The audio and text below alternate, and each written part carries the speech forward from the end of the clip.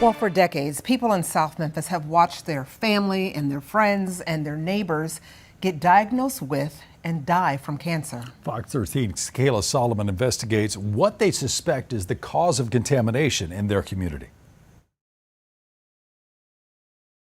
Every house on this street, someone has been sick with something.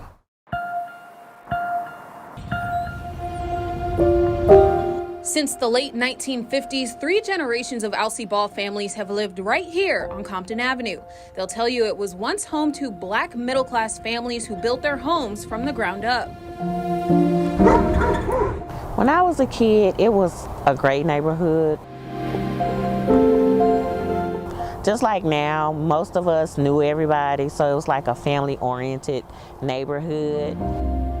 Now the population is falling, poverty rising. Those who could afford to get out did. The neighborhood's population has gone down by about 16%, and only half the people who live there are homeowners.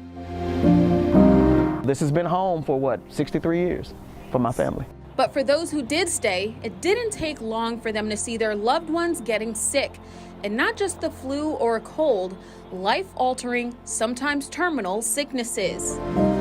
Frank Johnson says it started with his grandmother, who died from cancer in 1973, then his mother.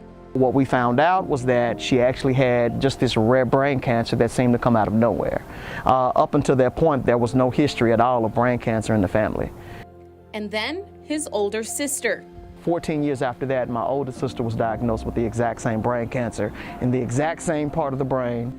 Johnson says his sister, Karen, was diagnosed in 2014 at the age of 48. He said at the time she was actively running miles and eating healthy, yet it still wasn't enough. It clicked with me when my sister was diagnosed because there was no, I just knew at that point that this is just not cancer running in the family. So what I started to do was I just started to actually walk up and down, my street here and started talking to my neighbors again. One of those neighbors is 84-year-old Mitty Sue Cowan Hansen. She's lived in her home for 63 years and has since had 6 kids and dozens of grandkids and great-grandkids. She's also beat cancer 3 times. It first started in '79. I had breast cancer. 2011, I had lymphoma cancer. And 2013, I had colon cancer. Hansen says she was able to fight through it with the strength of God on her side, but some of her neighbors weren't as fortunate. After I, retired and found out, a lot of them has died from different cancers, brain cancer. This lady had cancer. She passed away, Miss Porter. Nearly everyone over here has had some type of disease. But it's not just cancer. Women say they've experienced reproductive issues. I had uterine fibroids, which led me to have a hysterectomy. My mom and my sister both suffered miscarriages. What we later on found out is that the depot stored a toxin called Deldrum, and I think it was a retired pesticide, and it causes spontaneous miscarriages in women. The depot he's referring to is the Defense Depot. It's now considered a decommissioned U.S. Army depot, but it was active up until the late 90s. Compton Avenue is less than half a mile away from the site.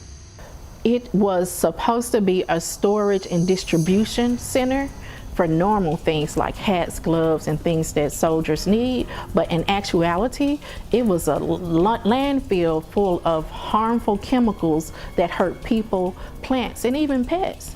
Marquita Bradshaw, founder of environmental justice group Sowing Justice, says growing up, she saw teenage neighbors diagnosed with reproductive cancers. It prompted her to join the fight against environmental racism with her mother, Doris Bradshaw. When we met with government officials and different things and health department officials 27 years ago, they were blaming the victims. They were saying that it was because the women in the community was so promiscuous that there were so many reproductive cancers. The EPA says it was in 1989 when local utility companies were forced to close 3 drinking wells due to contamination. It didn't start with the people when I was growing up. It was our dogs first. The government officially acknowledged the problem in 1992. The EPA added the Defense Depot to its national priority list of contaminated Superfund sites that need to be cleaned up immediately. An Army database shows records that a year later, in 1993, a concerned citizen wrote a letter requesting a cancer study done on the neighborhoods surrounding the depot. The Agency for Toxic Substances and Disease Registry soon got involved, completing a public health report in 2000. Dr. Reuben Warren was one of the people who relayed those results to the community back when it was completed. The science is one thing, the ethics is another, and the justice is another. In the report, the conclusion is that, quote, no known exposures exist or have existed since at least 1989 that could result in health effects. A separate report done by the same agency focused on cancer incidences from 1990 to 1996. It shows there were 665 new cases of cancer surrounding the depot, but it goes on to say that this is not an increased rate compared to the rest of Shelby County or the state. Since then, there have been no new cancer studies done in the area surrounding the depot. In conclusion, the report says they cannot link cancer to the toxins from the Defense Depot, but the agency also acknowledged that they cannot account for other health risks. Look at what they stored, and the relationship between what they stored and the health risk is undisputable. Arsenic, undisputable. More than 2 decades later, Warren says the citizens had every right to be upset and critical of the agency. He says there should have been scientists who went door to door to speak to people, the ones who were sick. Should have happened. That's an injustice, and that at the end of the day, you've got to talk to the people, and the science says what you expect, but talking with folks will tell you what actually is going on. So you should not have to count the bodies to respond accordingly. Warren, who is now retired, says another cancer study is long overdue, and the people who have suffered themselves, watch their families suffer, have to be the ones to push for it.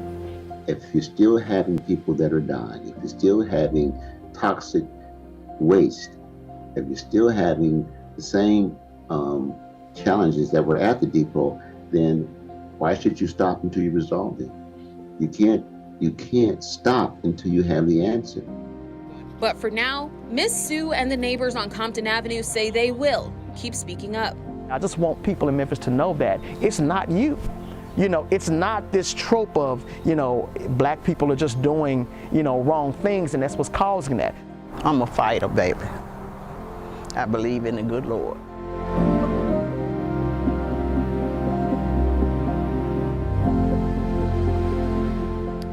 The EPA cleanup of the Defense Depot is considered complete. However, there continues to be testing conducted on groundwater for chemical residue.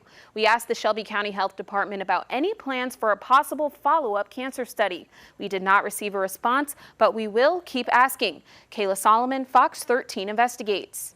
The saddest part of this story to me is that in 2015, I did an extended piece on this particular neighborhood and another neighborhood right next to the depot.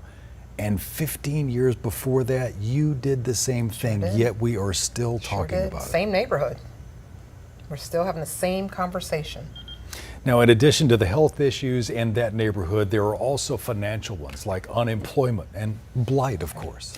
Well, we're investigating why millions of dollars from the old Defense Depot was taken out of South Memphis and spent in other parts of this city, even in the suburbs. That's going to air on Wednesday at 9:45 right here on Fox 13 News.